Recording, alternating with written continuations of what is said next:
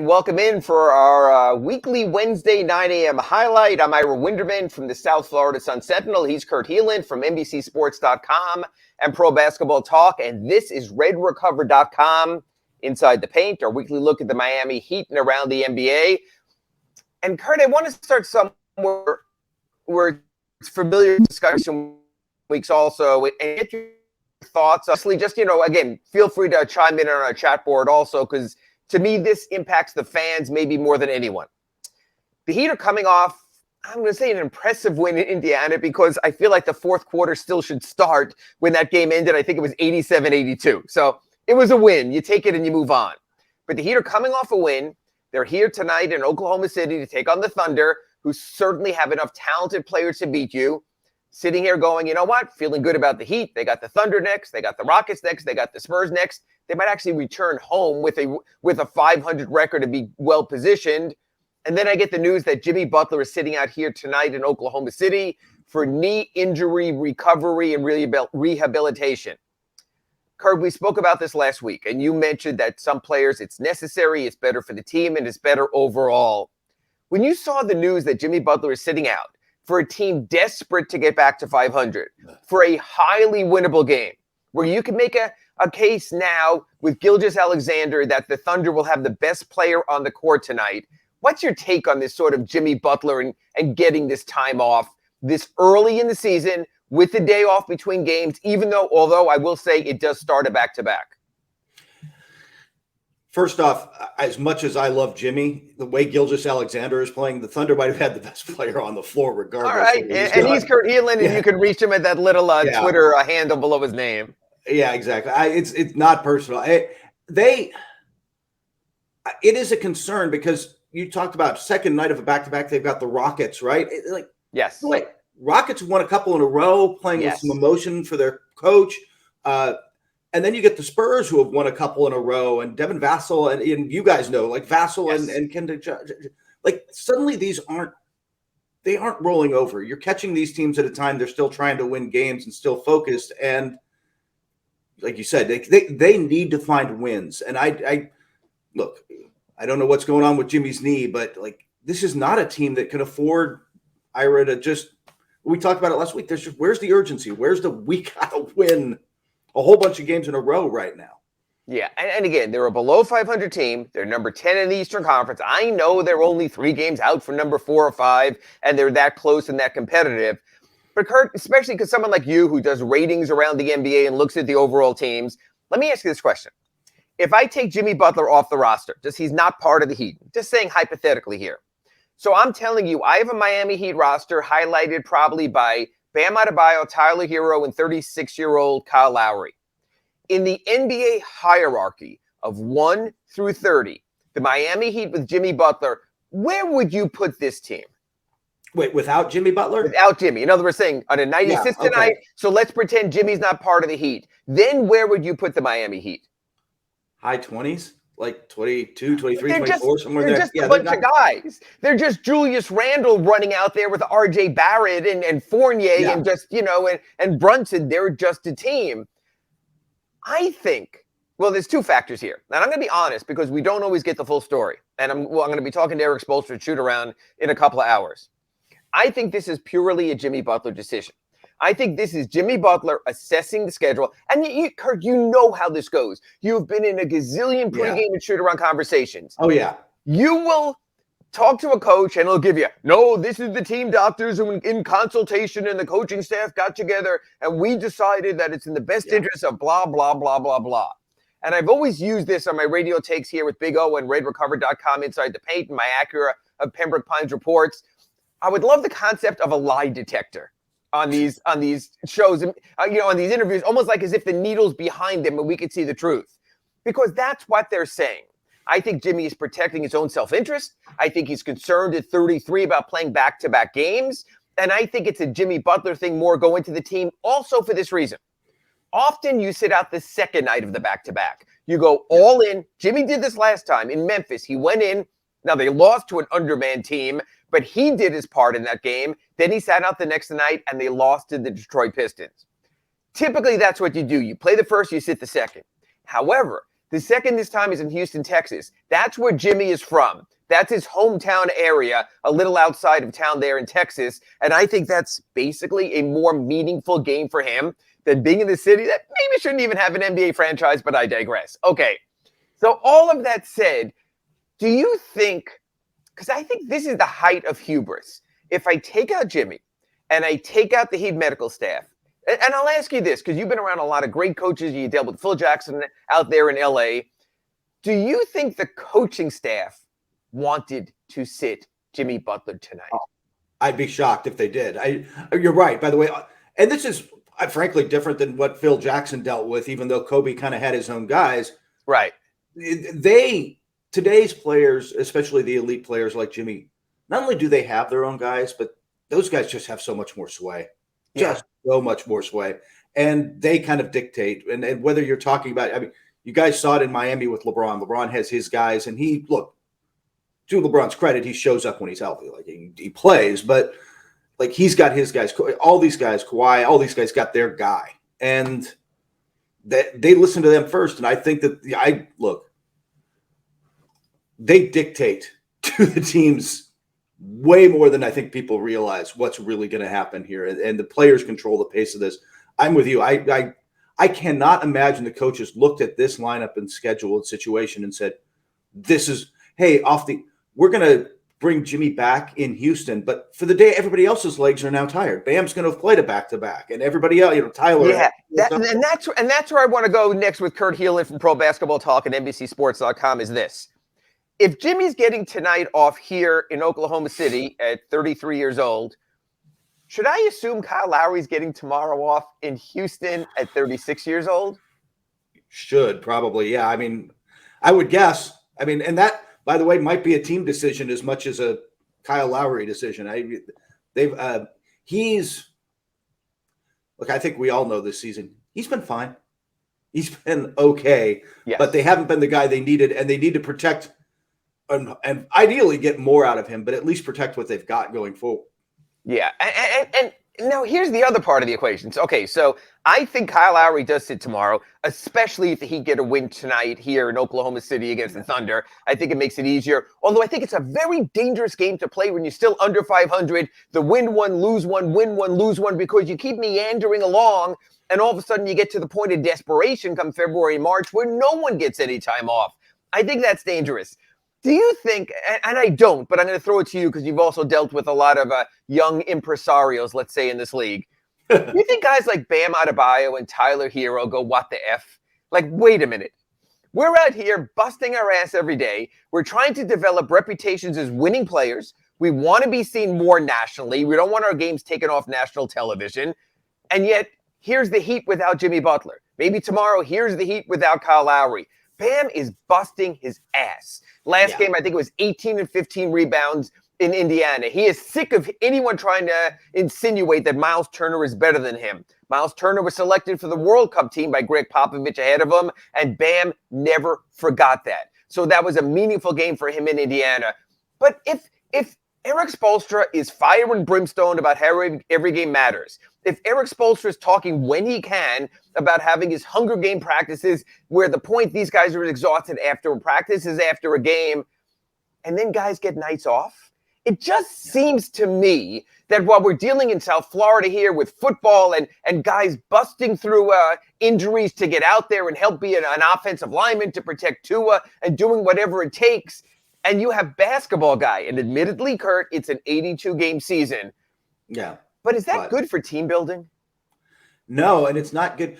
I mean, I think there's two parts. So it is not good on the roster, right? It is not great for the guys who, like you said, Bam is out there busting. And I think if things are going well, players are pretty forgiving, right? Hey, man, you got to take care of your business. You got to take care of you. And it's a job, in a sense, understanding about it. Sure. But there is also a frustration when things aren't where you want them. When you're 13 and 15 and looking at the play-in, there's a little bit different urgency. And you and I have discussed this before. That lack of urgency, that lack of guys showing up and playing enough rubs fans the wrong way. And I get it, by the way. Like as much as I can make a case for rest and recovery and having guys play better, like when you, like you said, when you've got guys in the NHL and guys in the NFL busting through injuries to get back on the ice, on the pit, on the field, whatever sport, these nights off, all this load management, as much as the science may back it up, it just doesn't play well. Especially when you only make one visit a season to a certain city. In other words, there might be X amount of fans who are coming today here in Oklahoma City to see the Thunder play, who are planning on wearing their Jimmy Butler number 22 jersey, except Jimmy Butler's not playing. And will not play again this season in Oklahoma City unless these two teams, highly unlikely, make the NBA Finals. So you're robbing the fan of that. He didn't buy a Thunder ticket tonight. He bought a Jimmy Butler ticket. Now, I know some people say the answer is you should be able to get a refund, just like at a Broadway show. You're not going to, Nathan Lane's not available tonight. His understudy you'll be filling in. You can go to the box office. And that's fine if you drove over from Jersey. But if you made a family trip to drive several hours to come see someone, and you've already rented a hotel room, taken a hotel room, it's a lot harder to do that. The fans get screwed. I don't think the fans matter all that much. It's about the bigger money and the bigger product and all that. TV. Look, I don't want to digress too much to that. So I want to get to a couple other factors regarding the Heat roster. We will get to the chat board. We will discuss the Heat's upcoming schedule. We will talk a little bit about trades also.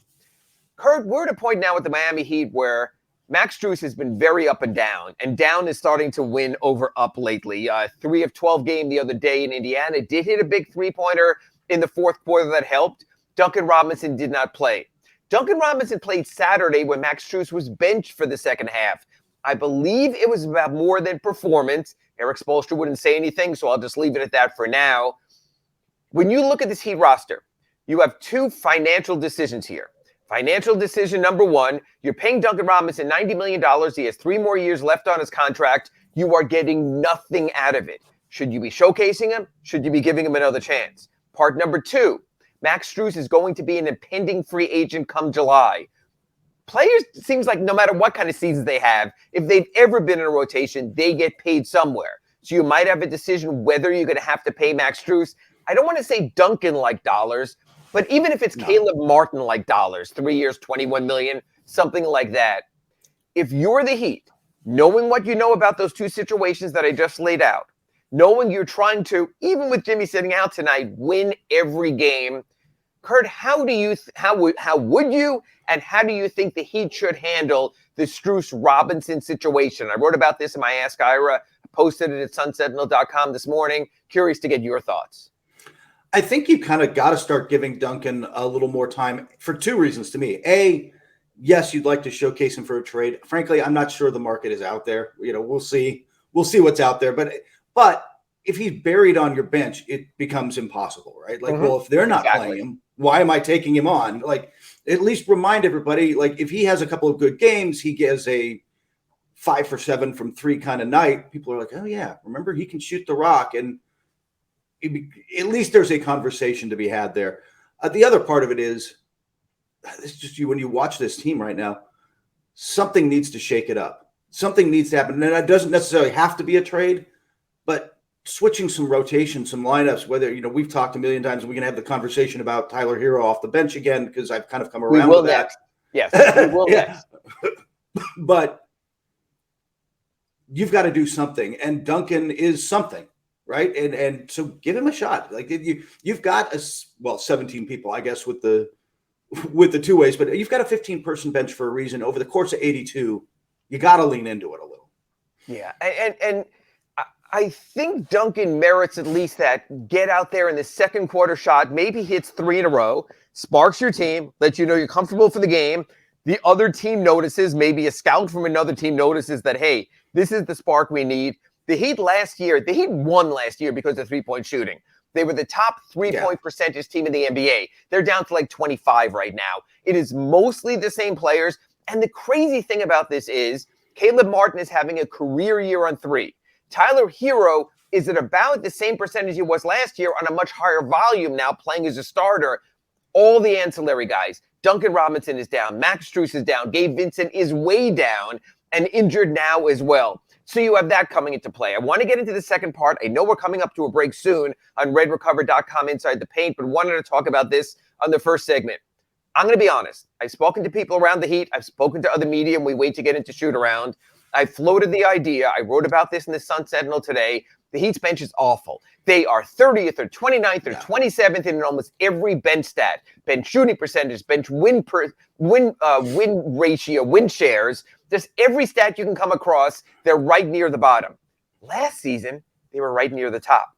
2 reasons. They moved Tyler Hero into the starting lineup, gave him the $130 million extension, starts next season, said you start now. They moved Caleb Martin, a great bench energizer, into the starting lineup. Their bench is awful. It has been shortened in recent games, only to Oladipo, maybe he comes around, Max Strus, as we mentioned, and Dwayne Dedmon. But every time I float the idea of Tyler Hero going back to the bench, I hear this exact same few words. You would lose him, or you're going to lose him. That you can't take Tyler Hero from the position he has strived for 4 years to get to and tell him this BS phrase you always hear in sports, for the greater good. Yeah. Kurt, you've dealt with this. You've written stories about it at Pro Basketball Talk at NBCSports.com about players being told for the greater good and what they really think. It has worked for Russell Westbrook fabulously, but he's at a different point in his career also. Yeah. Do you think there's any way in hell, number one, Eric Spoelstra would dare broach the subject, or even Pat Riley with Tyler Hero, and 2, any way in hell that Tyler Hero would be accepting of that? The first part of it is yes, eventually. I'm not sure, and you're closer to this obviously than I am, but my sense is from a distance, the organization isn't there yet because they know what the pushback would be. So they've got to, you're not playing that card until you have to play that card. And I'm not sure that they're there yet.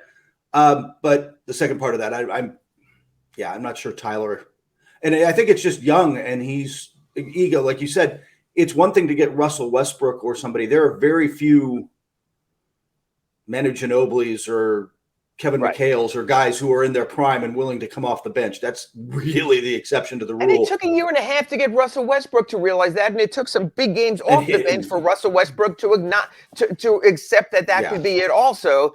Yeah, I don't see that. I don't think that he would ever broach it. And yet I think it might be the perfect recipe for this team. You move a shooter back in the starting lineup in Strus or maybe even Duncan Robinson. You get back to the formula that got you to the 2020 NBA Finals, that got you to the 2022 within one shot of the NBA Finals. But as we mentioned with players sitting out in an entitlement, and I see already a mention about that in our chat board, and we'll get to that after our break, it's still all about the players and what they want. When we come back after this break on redrecover.com Inside the Paint, I want to go through the standings in the Eastern Conference with Kurt that are very packed right now. We see some dynamos at the top of the conference, but how is the rest going to play out? Where could the Heat fit in? Where could they slide in? We spoke about this before the season on our projections, sort of now a third of the way through. I want to get his thoughts also. That and much more coming up after this break on redrecover.com Inside the Paint. And we're back on redrecover.com Inside the Paint, our weekly 9 a.m., most of the time Wednesday show. I'm Ira Winderman from the South Florida Sun-Sentinel here in Oklahoma City for the big Miami Heat Oklahoma City Thunder till tonight. He's Kurt Helin out in the Los Angeles area from NBCSports.com and Pro Basketball Talk. Our first segment, if you missed it, you can go back to any of the Big O Show's podcast outlets. We spoke about Jimmy Butler sitting out tonight for load management here in Oklahoma City. We spoke about whether the Heat should consider re-injecting Duncan Robinson into the mix. We spoke about Tyler Hero as a possible starter. As I hinted right going to our break, I wanted to discuss the standings, but I did promise that I would get to our chat board, so I'm going to get to that real quick. Kurt, you know how this goes. I'm going to read your thought. Just give me a quick thought and response. Yeah. And I want to get everyone involved here. Again, you can go to our YouTube chat board. First of all, wherever you are, smash like buttons. If you break your computer, Big O will buy you a new one. On our chat board, Carlos Seguero says, the NBA is a bad product in total. Probably not watching our show that much then. It's not the Heat issue with the players feel entitled. They don't care about the regular season. Why should we? The best thing the NBA can do is to cut the season in half. And yet, Kurt, if you cut the season in half and there's still back-to-backs, wouldn't you agree players still would sit out games? Yes. If there were still back-to-backs, yeah. I mean, look, I don't think there's – and I assume you're on this boat too. I don't know anybody around the league who doesn't think fewer games would just be a better product in a lot of ways. Like if you could just – if you kept roughly the same time parameters and Right. dropped it to 66 games and played two a I week think the and stuff, bookkeepers and the it'd be better. accountants, I think the bookkeepers and Yeah. the accountants would be against that because that's Yes. a percentage loss. So again, everyone, this magic number 60 games, that's fine. Is everyone across the board willing to take a 25% cut in revenue? Yeah, From what I've seen, Kurt, you mentioned this around the league. I've seen that people want to take a 0% cut in revenue. Right. People don't want to give a stinking dollar back, including when players get fined $15,000, some nominal fee on their contracts. They still go protest to the players' union and appeal the fine. So that's the other part of it. I don't think they're willing to give back the money. Want to go on here in the chat board? They do the new TV. Yeah, it's all about the TV. There's no chance. Yeah. Yes. Exactly. People are buying a new TV package and not saying, oh, we'll take 25% less. Walt Dog 1234 says, I say trade Jim. This team is not built for its number one star to be sitting out games while they have bad contracts like Duncan Robinson, Victor Oladipo, and Kyle Lowry. Trade Jimmy for a star, small forward or power forward, to compete with Giannis and Jason Tatum. We need new blood. So much to unpack there. So this is probably not going to be a short response from you. One, I don't know if Jimmy Butler, with his reputation at 33 years old, with a contract that pays him through his 36th birthday, is that tradable. And I don't think it brings back any type of haul like that. I think, I'm of the thought, Kurt, maybe you think differently, that Jimmy Butler is more valuable to the Heat than any player the Heat, on the wild chance that they trade him, could get in return. Your thoughts, Kurt? Yeah, I don't think the market is there. I mean, just this summer, Kevin Bleepin Durant was on the market, and they couldn't get that much back for him. Like, it's Jimmy, because of his age, because of his style of play, is just not going to draw that. Like, you're not going to get back. You're not going to come close to getting back equal value for what he can be. So, you're right now you're building around him, because the other part of that, Ira, is if you're trading Jimmy, you are having a serious conversation about how far down the rebuild road you want to go. You're not bringing back a star that just flips you. You're not getting back somebody better. So if you're not getting back somebody better and you're getting back lesser players and picks, then it becomes a question of what direction you're really going. Yeah, no, I agree with that. Alex Palenzuela, it looks like here, reading glasses are off, I apologize, said, instead of playing Deadman, why don't we play Orlando Robinson and see what he has? It's really interesting. The Heat came into the season talking about nothing but their depth. Dwayne Dedman has been limited by their foot injury. Dwayne Dedman looks every bit of his 33 years right now. I don't think you go to a G League player you just brought up instead. But I got to tell you, Kurt, I think the injury to Omar Yurtseven is a little bit bigger than we've been talking about. I think the plan all along was to feature him as he heads into his own free agency to see what the Heat could have gotten in return. So my thought is the reason you're seeing a lot of Dedman is because you're not seeing any of Omar Yurtseven. That makes sense, actually. And how much did we talk before the season about him being I don't want to say key role player, but a guy who was going to have a role because we'd seen it last year, right? Last season, we'd seen the stretch and you're like, hey, maybe they got something here. And then obviously we just haven't. And here's what's interesting there, Kurt. We were talking about players given nights off. Jimmy Butler won't play tonight in Oklahoma City. I think, and I might be wrong, that Kyle Lowry on the second night of the back-to-back at 36 years old could be given tomorrow night off in Houston. I think if Omar Yurtseven was here, that Bam Adebayo might get the occasional night off also. That the Heat would say, we have a guy who for 6 weeks last December and into January, when Bam was out with the thumb injury, started and played very well and have that option. I think without that option, without having someone like Omar Yurtseven available, you can't afford to sit Bam. We always look at rosters and we look at the drop-off between the starter and the backup. Yeah. You want to have something like this, close enough, if you're listening, you can't see my hands, but close enough so that you can go from 1 to 1A. If Bam Adebayo sits, they go from 1 to like 1Z. I mean, they're across the board. Yeah. It's completely different. So that's where I think the Yurtseven things happens also. Although, Kurt, I want to ask you this, because you monitor injuries. You do a lot of stories about injuries at Pro Basketball Talk. Does a guy like Bam need or deserve games off, or do you have to be a certain age before we get to the load management portion of our game? Kind of depends. I think more and more you do give a younger player the nights off you can. Not as many as your veterans. He doesn't need the Kyle Lowry treatment here or late Dwayne Wade career or whatever, right? Like, but if you've got a night you can, and I think you hit the nail on the head. It's easier to give. I'll use the easy example. It was easy last year for the Warriors to kind of limit Curry's minutes late in the season because they could plug in Jordan Poole. Yes. And Jordan Poole was not only red hot, but played a very similar style, right? So like you're not radically changing who you are and what you are when he comes off the floor. And right now, that's not the Warriors without Bam. If Bam's not out there, they are a radically different team.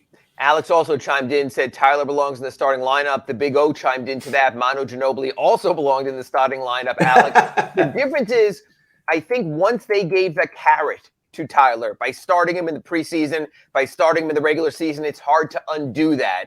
And I think that's why you wind up in a situation. And again, I think Tyler would look at it this way. Why are you punishing me? I'm producing. I've done stuff in the clutch. I put up these type of career numbers right now. It's nothing I haven't done. It's interesting. Coaches talk about the team concept. Let me ask you this, Kurt, because you've dealt with a lot of players over the years. You're out in LA. You've dealt with great teams. You've dealt with some Clipper awful teams. Is the team's greater good such a priority with players, or are we looking through a little bit of rose-colored glasses when it comes to that? Less than I think fans would like to think. I think there are teams where and I think the Heat probably more than most over the years have been better just because of the culture. I think they've been better about that. But in general, I don't think most again, we talked earlier about this being a business. There's times that it is a business and they're pretty cold and calculated about it. And I'm not sure that the greater good, let's put it this way, when you're talking about the greater good, when you're getting players to truly buy in and do that, you're already talking about teams that are playing for something, teams that recognize the talent level on that roster and buy in. And that doesn't always happen, Brooklyn, but it does happen in a lot of places. It's harder on a 13 and 15 team sometimes to get that buy-in. Couple of things here. Cap for Life goes through. I'm not going to read the whole tweets here about the new name of the arena. The one thing I will say this, Kurt, the more that comes out about Sam Bankman-Fried, or Fried Bankman, whatever it is, and FTX, I think the more the Heat would love nothing more than to get the name FTX the hell off their arena sooner rather than later. Now, they've already been paid in advance by FTX, I believe, through January, so they have that going on also. But from a national perspective, let me ask you this, Kurt, and obviously you have Crypto.com Arena out there in LA, although that company's not been linked with anything like FTX has. How bad of a look is it that we have to mention in our stories, that he'd have to have it on the court, have it in the front of their building, that they still play at FTX Arena? Like I've said from the get-go, I think something like this, it almost makes it look like the Heat are playing in Bernie Madoff Arena, someone who has cheated people out of millions and millions and maybe billions of dollars. Just your thought on the look that the Heat, at least for now, still have to tell people and put in their game notes and their other publicity things that their games are at, quote, FTX Arena. First off, nobody's staying at his place in the Bahamas now, right? Like you and I can go on vacation. We can get down there and take some time off. Available. And you check, it's available on Airbnb, relatively cheap, although it's interesting because they don't take crypto for payment. Yeah, exactly. I don't know. It's not a great look, and it's not ideal, but I think, is it just me that over the years now, and the advertisers are not going to want to hear this, and it's certainly not true of redrecover.com and situations like this, but with the arena names, isn't it almost background noise? It's the Crypto.com Arena. It is until it's Airlines Arena. It's whatever. Right. Yeah. It is until it slaps you in the face with something like this, where you're literally playing in Criminal Enterprises Arena. So I just think, honestly, the last time that he came home from one of their trips, I honestly thought they would scrub the name, at least from the court, so when they showed the games, it wouldn't be there. But I understand they've gotten a payment from a company that's in bankruptcy but still exists. So I understand there's legal implications there that we don't know as much. So I understand that also. I know we're going a little long here on the chat board, but again, that's the point of the show, is to get everyone else involved. Yeah. Terry asks, Ira, do you think we're going to get a deal done for Jay Crowder? And if so, would he start or come off the bench? Here's what's interesting. Kurt, I don't know if you saw, or maybe you might even have aggregated Shams' report, that there's a way for the Phoenix Suns to trade a boatload of second-round picks out that wind up with Houston, actually would go through Milwaukee, and that the Suns could wind up with Eric Gordon, who the Heat will see tomorrow in Houston. That's a pretty good deal for the Suns, isn't it? If they could wind up with a pros pro like Eric Gordon for a player who doesn't even play for them right now. Especially because Chris Paul has not been Chris Paul this year. And it's something not everybody really wants to talk about. But Chris Paul, I mean, he dealt with some injuries. Right. But he has looked, and frankly, towards the end of last season and during that playoff series, he's just not looked like Chris Paul again. And so I think bringing in another guard is a higher priority than people realize in Phoenix, because obviously they've got Devin Booker, they've got an elite, they've got one, all NBA level guard, but they need another one. So I saw that deal and I found it was interesting that I was curious if it was Daryl Morey or their owner who's like, no, we need a first, like that. But how often does that happen? But I don't think people realize how often certain, I don't want to say lower levels, but not the highest level of your front office, work out a two-way, three-way trade, whatever the trade is. Then they bring it to the GM or they bring it to the owner, and it's like, why don't we get more? And it just deals fall apart. But I want to put this back in your, because you deal with a lot of this aggregational stuff and you deal with a lot of these rumors. So I want to put it to you this way. I don't mean that condescendingly. I mean that's what we all do. So the Phoenix Suns would trade Jay Crowder to the Milwaukee Bucks, which would bolster the Bucks. The Bucks would trade, I believe it was 4 second-rounders to Houston. Yes. Houston would then forward Eric Gordon to the Suns. So let's say we have that trade in place. I think there was another element from Houston to the Suns also. Another player too, yeah. Okay, but if you're Pat Riley and Andy Ellisberg and Adam Simon and sitting at 601 Biscayne Boulevard, can you trump that? Can you tell Phoenix, no, hold on. Don't trade him to Milwaukee, our top rival in our conference. Trade him to us because we will give you. Is there something you can do to trump Eric Gordon? I think you mentioned it in the first segment when we were talking to the Big O. Do you have to get to January 15th when Dedmon and I'm not sure right now you have that, right? I just don't know that you have I don't know. Off the top of my head, I don't remember how many second-round picks you've got, but if they want a first, you're a little bit limited. Yeah, it's just don't have any. The Suns don't want picks. The Suns want win-now players. What's been floated here is the Heat could trade Victor Oladipo for Jay Crowder. Now, my question is, Victor Oladipo will have another runway of a month. He can't be traded till January 15th to show what he could do. He was pretty good in Indiana the other night. Very emotional game for him. As I wrote in the Sun Sentinel, just posted my story now, this is sort of the Victor Oladipo homecoming tour. He played in Indiana on Monday. He's playing tonight in Oklahoma City. People might forget, Victor Oladipo was a member of the Oklahoma City Thunder in 2016-17 when he was traded from the Orlando Magic along with Domantas Sabonis. They always are a package deal. They came here. Serge Ibaka went to the Magic. And then the Heat played Thursday in Houston. And, of course, the Heat got Victor Oladipo from Houston for Avery Bradley and Kelly Olynyk. So there is a motivation this week beyond the comeback for Victor Oladipo to play well. Okay, you're James Jones. You're sitting there. You've just been elevated to president of the Phoenix Suns. Could you make any case to me, Kurt Helin, why I'm better off taking Victor Oladipo on an expiring contract than Eric Gordon? In other words, Jay Crowder can go out for Eric Gordon. Jay Crowder can go out for Victor Oladipo. Is there any case to be made for instead trading for Victor Oladipo?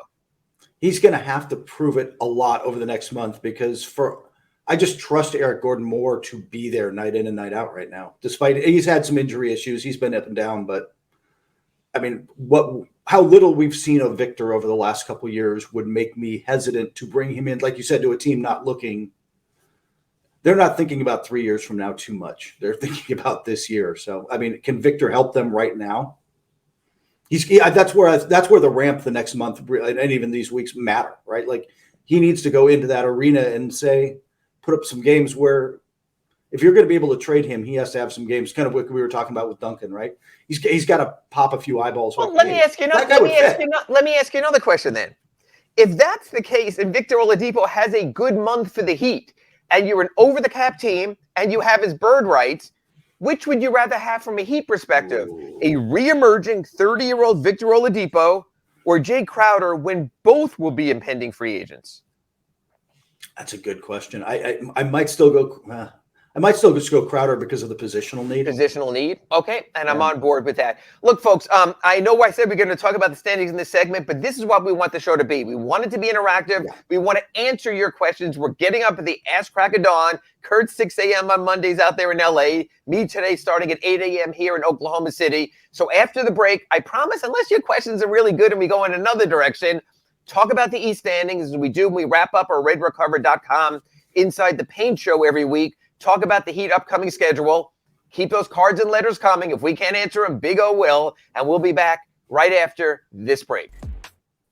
And we're back on redrecover.com Inside the Paint show. I'm Ira Winderman from the South Florida Sun-Sentinel. He's Kurt Helin from NBCSports.com and Pro Basketball Talk.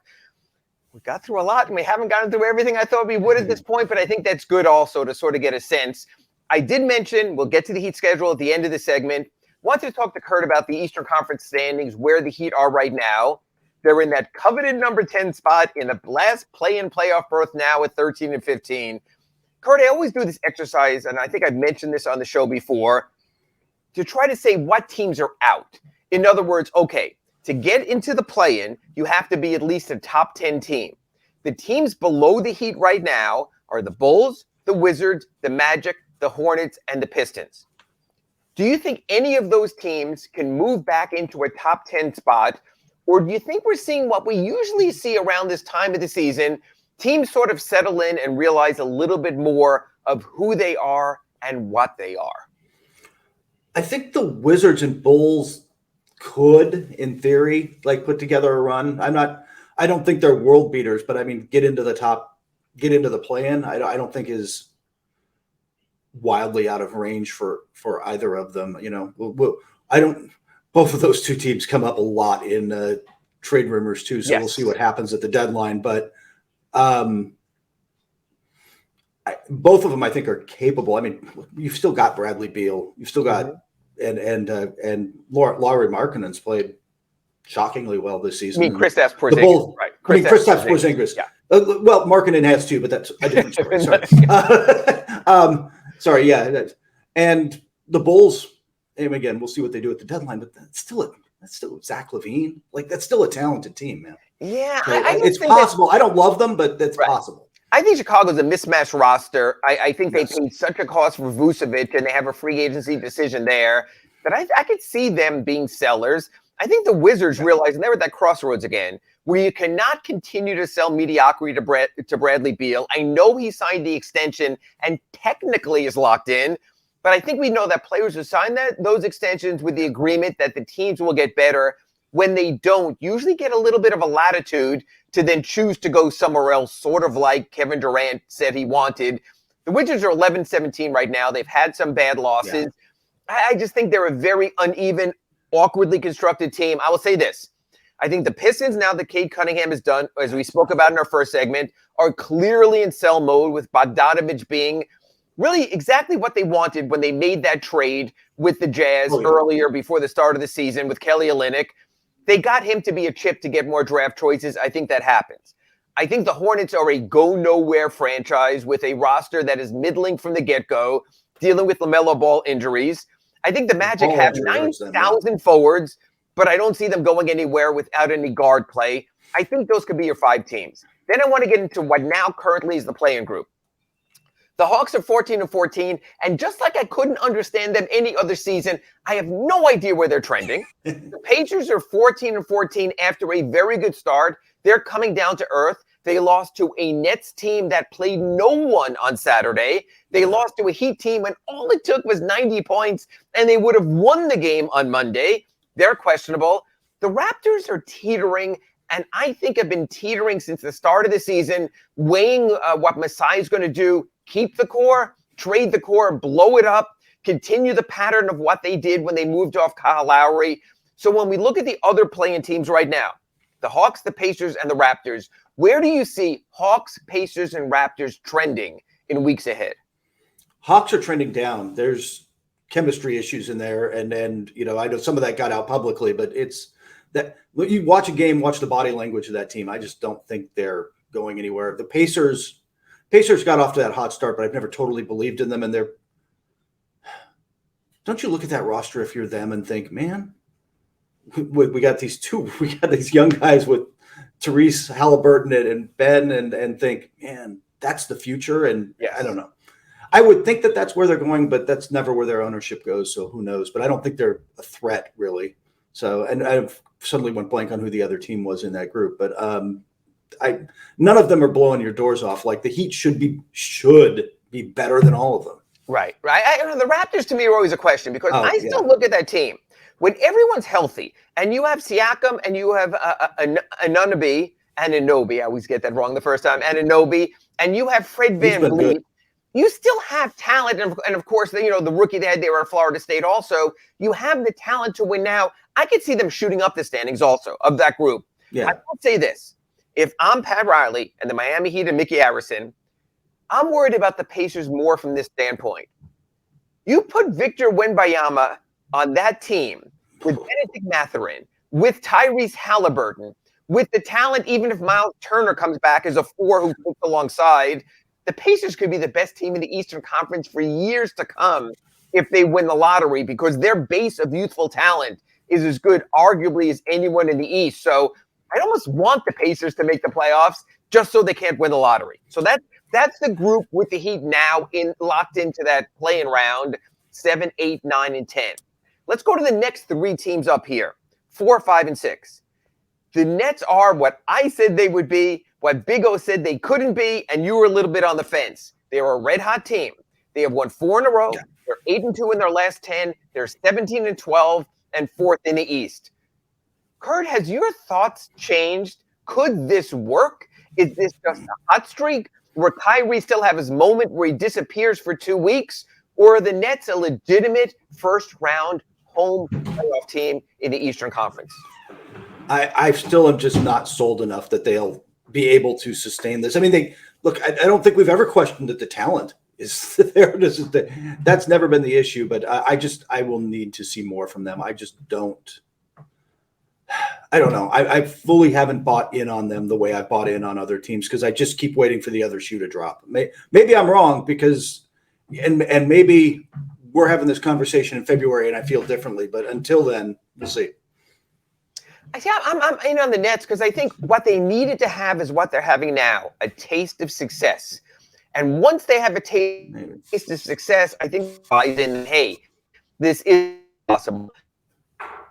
Okay, we didn't get Ime Udoka and go for the big splash, but we didn't also have the big-name coach in Steve Nash. We've got a workman-like coach in Jacques Vaughn who is letting us be us. Maybe you can even say letting the players run the asylum. But I think it works for that team. I think that's what that team needed is KD wants to be in charge. Kyrie wants to be in charge. I think it works for them. Number 5 of the Philadelphia 76ers. They've righted their ship a little bit also. They're in a 3-game winning streak. They're 15-12. Again, not world beater record-wise, but the way Joel Embiid is playing, they have Harden back. Maxi's coming back. I would think that's a team on the come. That's a team on the rise. Your thoughts, Kurt? Absolutely. I think once Maxey gets back, they need him to counterbalance and be the attacker, which Harden kind of isn't the same way he used to be. But once that's there, like you said, I think they've got good role players around them. And Joel Embiid when Joel Embiid's playing like this, when he's playing like an MVP, that team is absolutely one of the better teams in the East.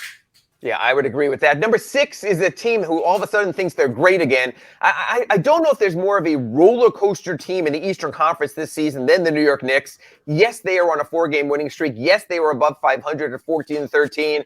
And yet, if you were to ask me where the Heat are at 10 and the Knicks are at 6, I would at least expect a positional swap between those two teams. Are the Knicks for real? Are the Knicks sustainable, Kurt Helin?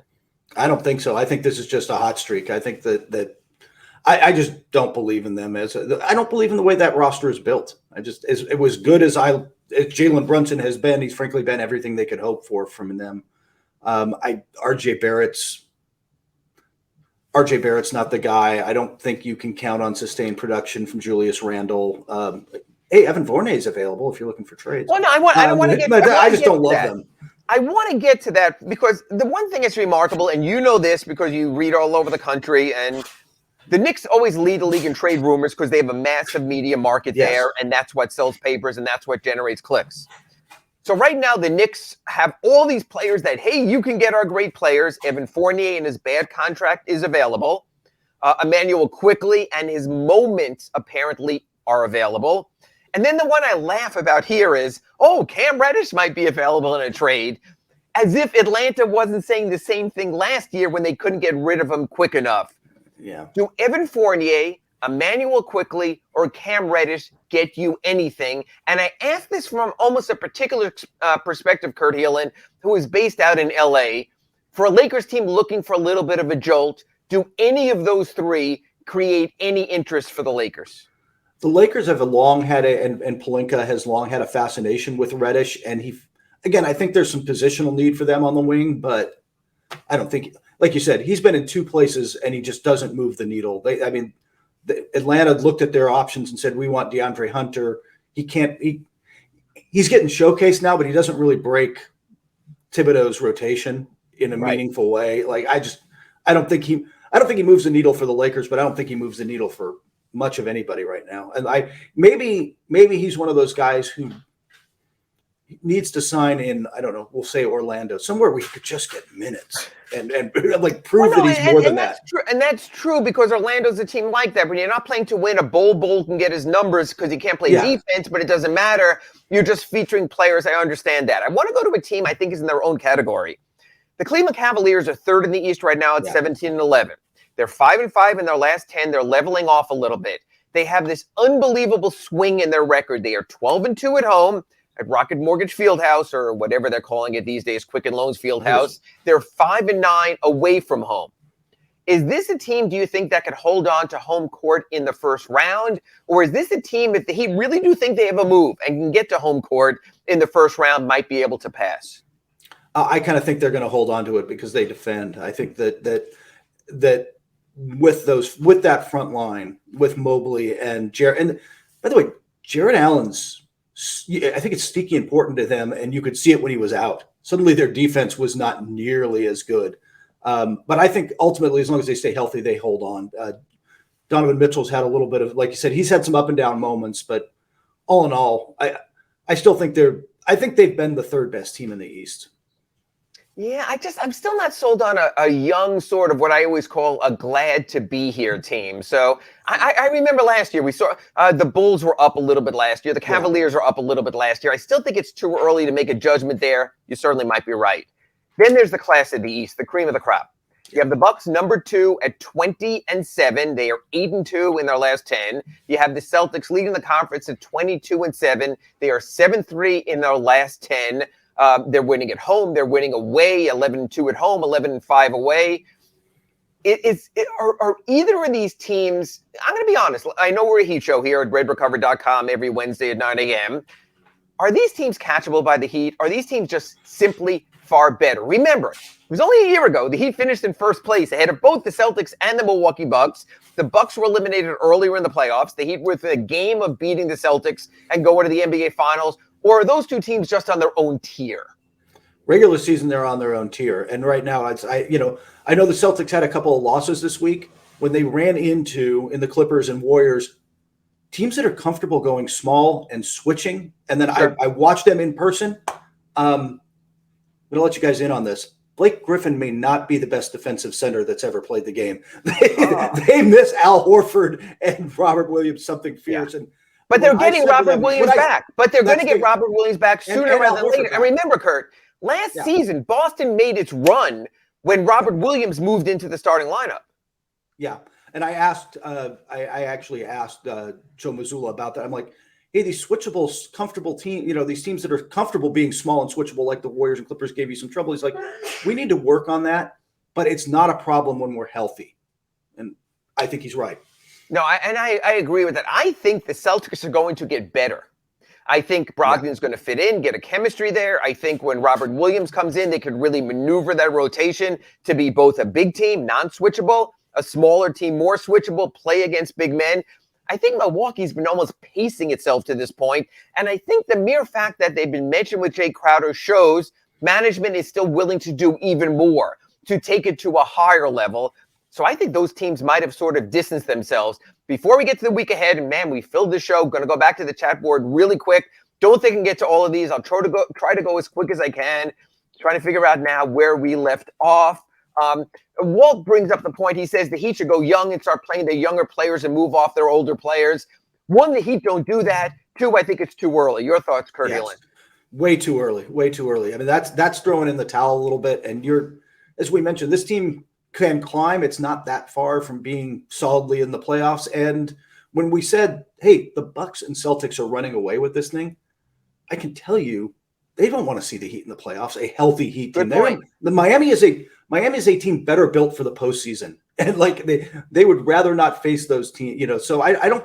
It's way too early to do that. Willie G says, Ira, it's ironic I hate on the Knicks, but at least they have a point guard that's worth the big money in Jalen Brunson, unlike us with Kyle Lowry. Better player right now if you want to be a playoff winner. Your thoughts real quick, Kurt Helin, Jalen Brunson or Kyle Lowry for the playoffs?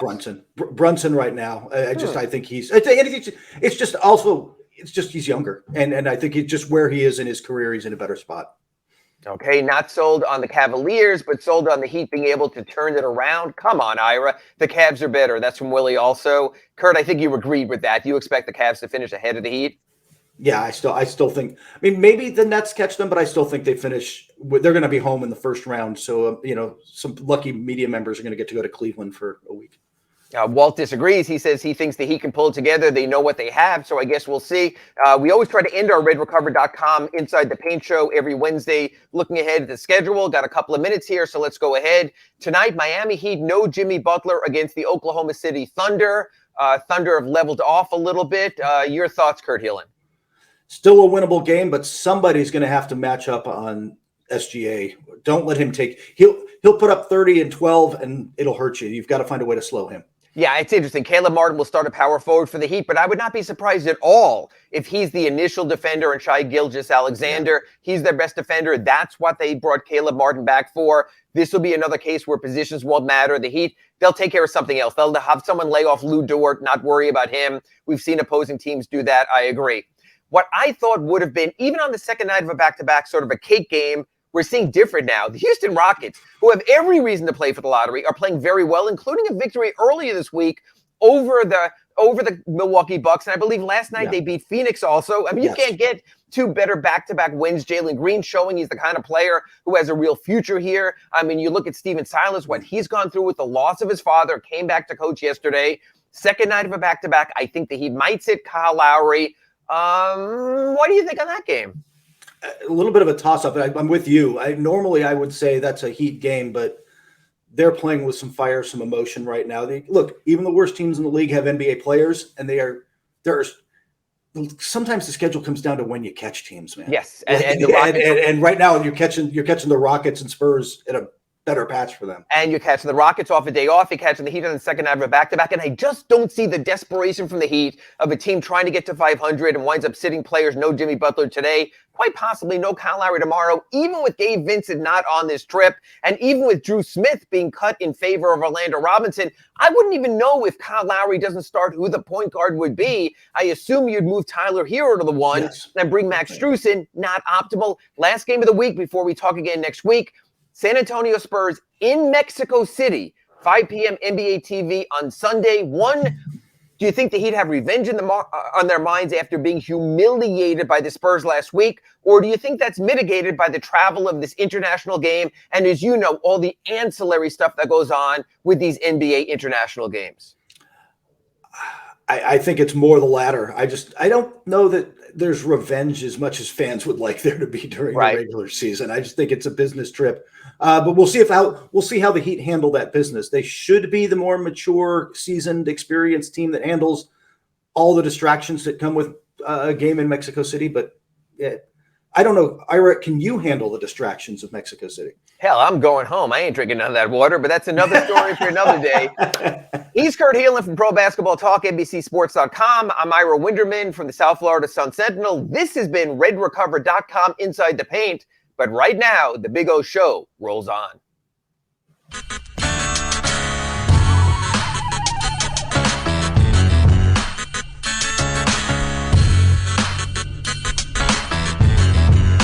This is the Big O Show. This is the Big O Show.